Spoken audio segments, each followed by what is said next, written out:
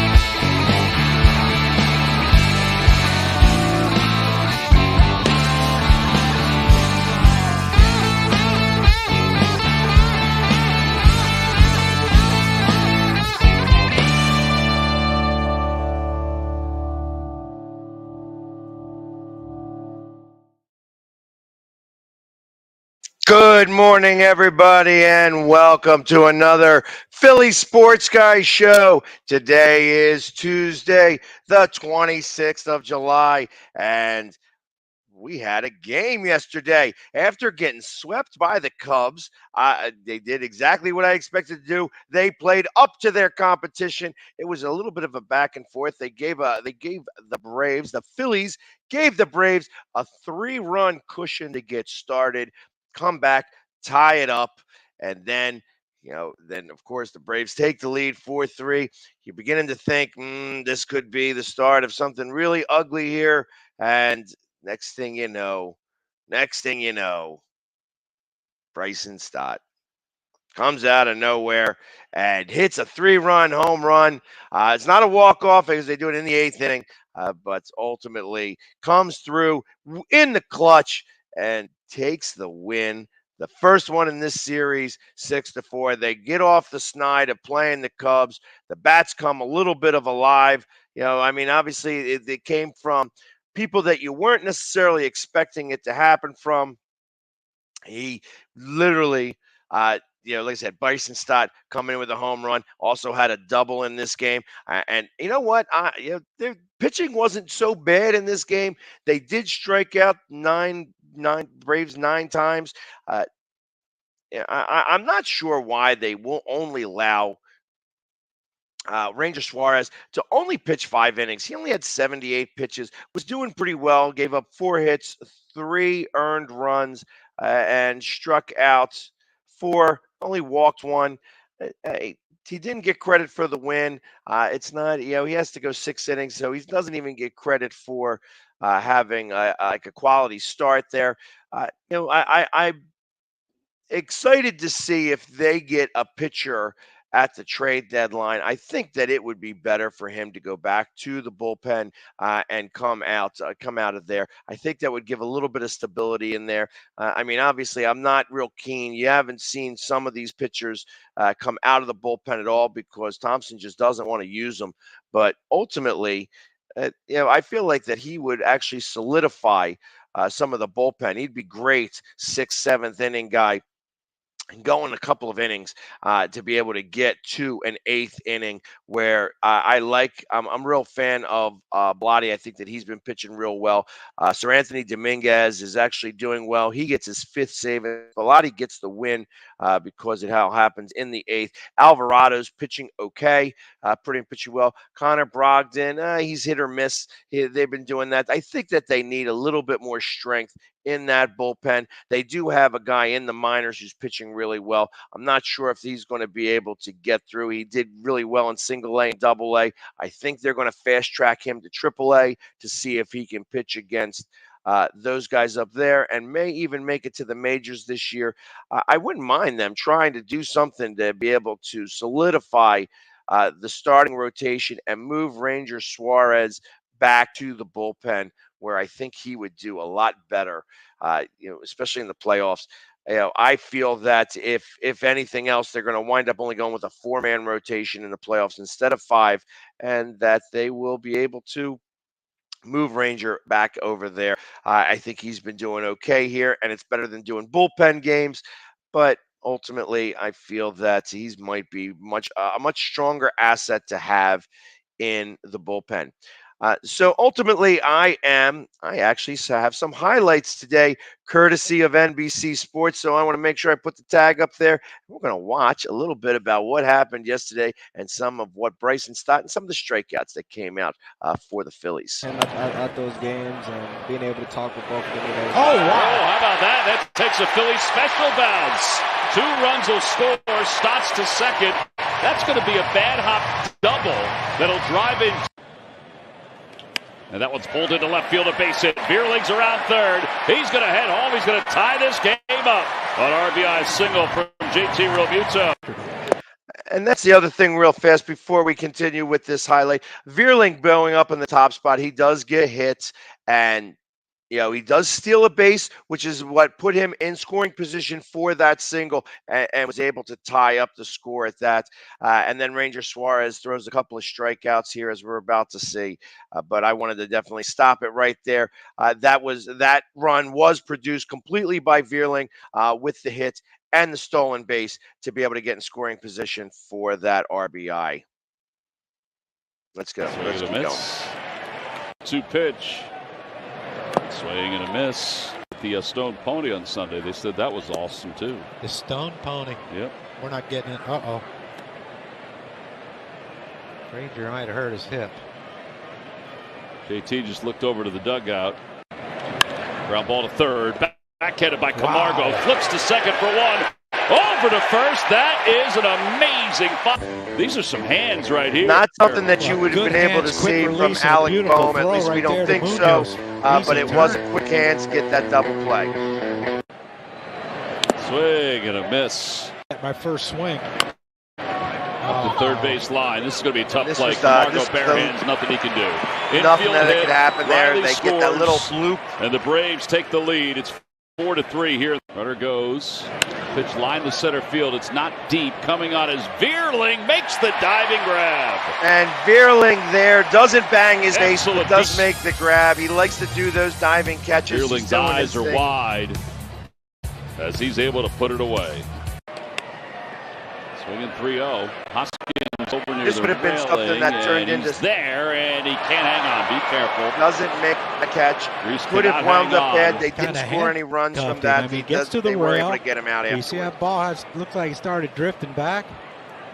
Do you think the rail came on him faster than he thought? I think so, but it hit him right in the heel of the glove and then off his chest. And yeah, that could be an error, and probably should be. Yeah. Runners go. Pitch is lined out toward right field. There's the hit. Back. It's gone! The Phillies take the game-winning home run there. 3-run home run by Bryson Stott. They call it a lot better than I do with 2 outs in the ninth. Swing and a miss. He's looking.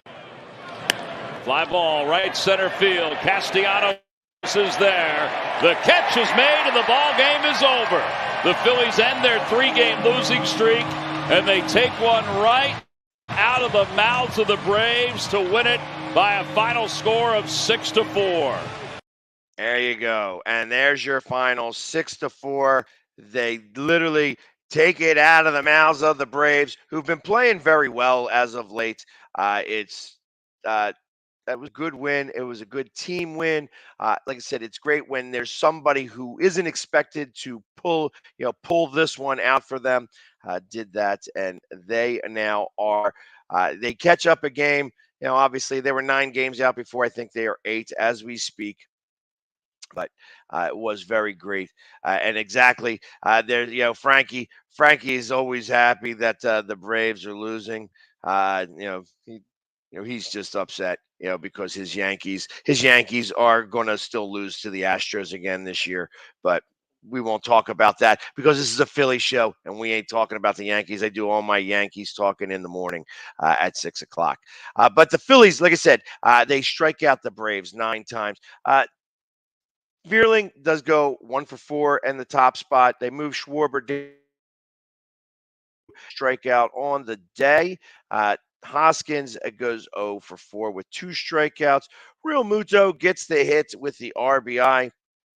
That scores Vierling, actually ties that game up at that point. And Castellanos, who is fresh off of his, war of words, from Saturday, he gets a couple of hits as well. Good morning, Sneaky. Welcome to the show. Bohm hits very well. Was the designated hitter yesterday. Went 3 for 4. Obviously with 1K, but 3 hits, 2 runs scored. That worked real well. Munoz playing second base, and Bryson Stott at shortstop. The back end of the order. Castellanos 2 hits. Bohm 3 hits. Munoz 2 hits. Stott 2 hits, and of course 5 RBIs for Bryson Stott. He had one of those career games, as you call it, and they are able to take it away from the Braves, especially coming off of a 3-game set where they got beat by the Cubs. It's going to turn out to be something worthwhile. I think that this race is far from over yet. The Mets are going to come back down to earth. I do believe that the Braves wind up winning the East, but ultimately, when we can take games away from them, that works out real great for us. Today, just to go back to that real fast, we're going to see Strider versus Nola.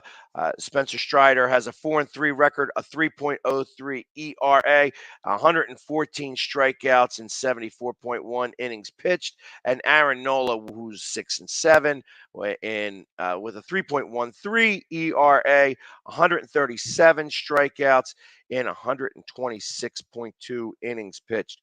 So obviously, it's it's going to be a quick one today, which is great. It's going to be really hot. I appreciate that, Kenny. Thank you very much. And I appreciate Melissa for telling me about my hair. I just got it done yesterday. As you know, she's my hairstylist and one of the best in the business. So if you want to get hair looking this good, you got to go to my girl, Melissa. Anyways, the Phillies doing well. Let's see. I think that puts them.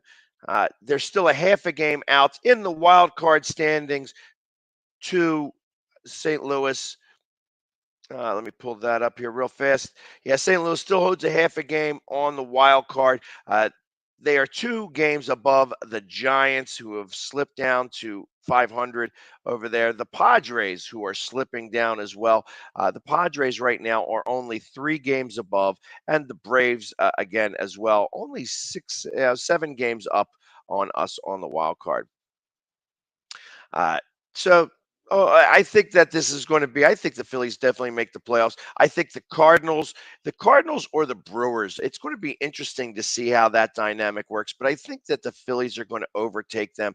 The Phillies are said to have the 4th easiest schedule moving forward, so that's going to really play a big part here. I think the Cubs series was a little bit of an aberration. Again, they didn't play for, they took the time off. It looks like the Cubs practiced all week, so they were able to get their bats moving and rolling, and ultimately they did something pretty well.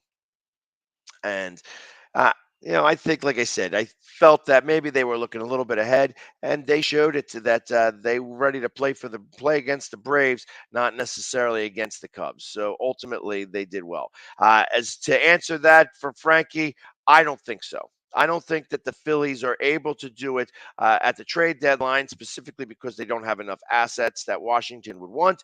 And I don't believe it's going to get done in the offseason, kind of for the same reason. I feel that they're going to get bigger hauls from other people.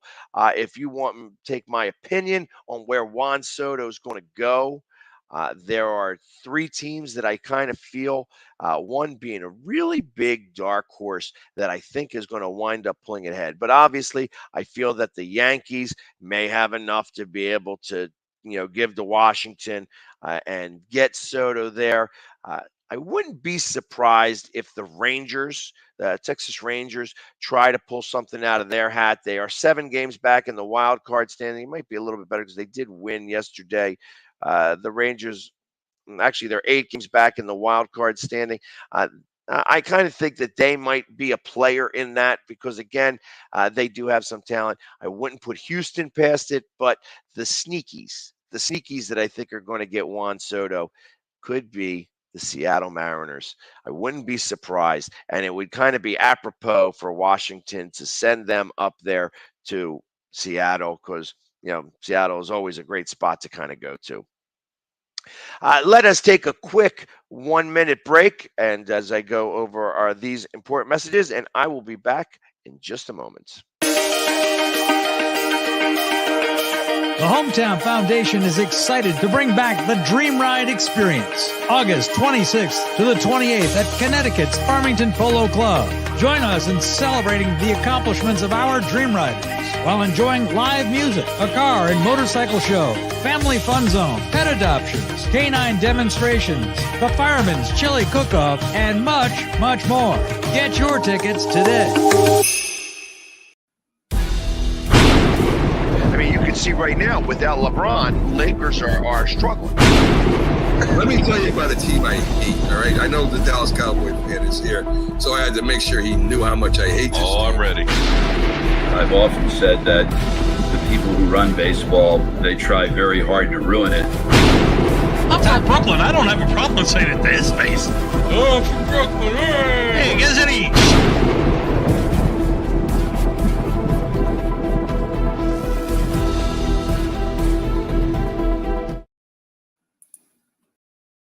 And we are back. Welcome back as we are talking about everything that's going on in Philadelphia sports. Don't forget phillysportstrips.com, phillysportstrips.com /TPSG. There you can get to book to any Eagles trip. They have some Phillies trips still in the works. We go to Flyers, we go to Sixers. The Phillies, they're actually going out to Pittsburgh. They're doing a Pittsburgh trip this weekend. So if you want to go anywhere about Philly sports, definitely get a hold of Philly Sports Trips, phillysportstrips.com. Vince and the family over there do great work. They do top-notch trips. Everybody who goes on these trips have great times and really do enjoy themselves. So please, if you want to go to an away game or you want to go to a tailgate this year, we have our tailgate happening in the Navy Yard, so we can go there. It's not that far of a walk. It's only a 7-minute walk to go from the Navy Yard to Lincoln Financial. So come hang with Philly Sports Trips. Again, phillysportstrips.com /TPSG, and you get to see all the trips that they have available. Going back, talking about football, camp opens up today. Today they go through their physicals, they get their playbooks, they get their room assignments. They're going into camp today. And there's lots of questions that are going to be happening. I mean, everybody has higher hopes this year for the Eagles because of the way they had their draft and the way that the moves that they made. There seems to be like that there would be a lot of high expectations on these Eagles, and rightly so. So I would believe that there's going to be one big question that is looming. Is Jalen Hurts the guy? They gave him the weapons. We got Devontae Smith. We have A.J. Brown. Those guys. And then, of course, you have Dallas Goedert, who I think is going to be one of the guys who really makes a big splash here and does really well because of those guys. I feel that there is a lot that is on the table here. I said that we needed to give A.J. Brown 10 games. Really, I'm bringing it down to 9 games. That's half the season. We need to make sure he's doing well. We have a fairly simple schedule or easy schedule, and we should be able to come out of the gate. I'd like to see us come out like 4-1 in the first 5 games. 3-2, maybe if we gave up something really bad there. I believe that this team can win 11 games. and make a serious splash in the playoffs. I actually have them going to the NFC Championship game. I think that they could do that type of jump this year, that I kind of look at it as back in the day when we had Andy Reid. That first year they made the playoffs. They didn't really do much. That next year where they make that jump and they wound up going against the Rams in the NFC Championship game. They really took that leap there. And then, of course, excuse me, they went to a couple of NFC Championship games before they would break the snide and go to the Super Bowl. Unfortunately, they didn't win that one at that point. But I kind of feel that this team is very similar in makeup and structure, and that they should be able to make that type of jump to go from the playoffs where they got beat by Tampa Bay last year to go to the NFC Championship game. And then once we get there, we'd have to see what's going to happen after that. Hey, Dave, I appreciate you inviting me out there, the Steel City Renegades, but I'm a Philly guy. I don't do Pittsburgh. The black and gold or black and yellow, whatever you want to talk about it out there, that's them. Anyways, just definitely want to talk about, like I said, this Saturday I had gone to the Philadelphia Phoenix, and we finally got the highlights. It takes an extra day to get the highlights from the AUDL, but it really was a great game. I'm going to show a few minutes of highlights here. It really is fast-paced action. You get to see kind of what happens in game time. Like I said, it was pretty quick. Even as hot as it was actually kind of cool there. There was a good breeze that went by. There was about 500-600 people in the stands. They went up against the New York Empire, who was came into this game undefeated. If there was a New York Yankees of Ultimate Frisbee, they would be it. Their team, they spend the most amount of money. They buy all the players that come in and do that. They do have a couple of even ex-Phoenix players that get paid. That team just gets paid a lot more than everybody else. So if you are really good at Ultimate Frisbee, usually the Empire knows about it and they have you guys come down. But it did go a little bit back and forth. Unfortunately, the Empire was able to just take it towards the end. But let's take a look at some of the highlights of this game. Throw from Jack Williams, who Paul Owens with an unbelievable layup. This is a great defensive play here. In his hands and just literally and just stole it away from the defender there. For Philadelphia. Gavin to Demo. Demo looking end zone. And it's in. He finds Eric They Whitmer, get in these games. They get these quick breaks, right and they just go right down the field really fast. Right. That's fair. I think he is physically lighter, not quite as heavy, but that's a good point. Good question. Some people like their lights. Here we go. And then heavy. One of the things that happens really well. Greg Martin on Antoine Davis. And Greg Martin, big great plays. These long drives, to get over there. There was one of the signatures that New York did. They did score a lot of points of 50 yards or more. Philadelphia finds Sean Mott. But the Phoenix was also able to do some of the same. Prado looking deep. It's a blade, and James Pollard gets it in a layout. Grab from Greg Martin. As hard as it needed to be, Philadelphia's and that was the score right at the end of the half. 1 second or no seconds on the clock, but definitely scores. But that means New York's playing good defense on the first and second options. Prado now arcing it all the way. Pollard is one of the better players on this team. This guy is like 6'5" years in height and is able to sky and get the disc when it's up there. So he's able to win those one-on-one battles. For James Pollard. Pollard, as you see, he seems to score a lot of points for the Phoenix. He's definitely one of the biggest point getters for that team. Deep. And a bullet from Ben Katz to Scotty Zoo, former Phoenix player Scotty Zoo, too low. Philadelphia. Scotty Zoo, it almost looks like he's going to be back here in a couple of maybe a year or so. He's leaving the Empire, maybe come back to the Phoenix. Let's hope. Does the trick as Martin with another. You want to talk about reading things from across the field. This was a great comeback play. Brownlee, Scott Heyman in there, and when it's a block or something like that, it's a turnover. So they start heading back down the other end of the field. For the end zone for Brandon Pastor. Kobira tries to get in there, but he doesn't. Talk about speeding the game up. For me. So you need to have awareness as well as an ability to control the space This around is a you. great Sean drive Mott here. with a sense of the timing puts it deep for James Pollard. James Pollard on Matt Ellis.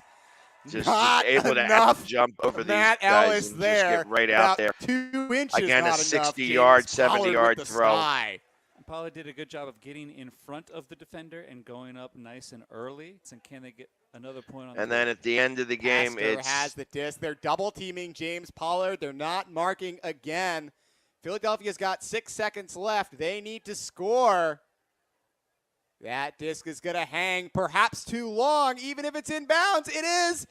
Alex Thornton to the end zone, but couldn't not make it. in bounds. And time Unfortunately. will expire. 5-point game. Pretty close. Like you said, just one break a quarter for New York.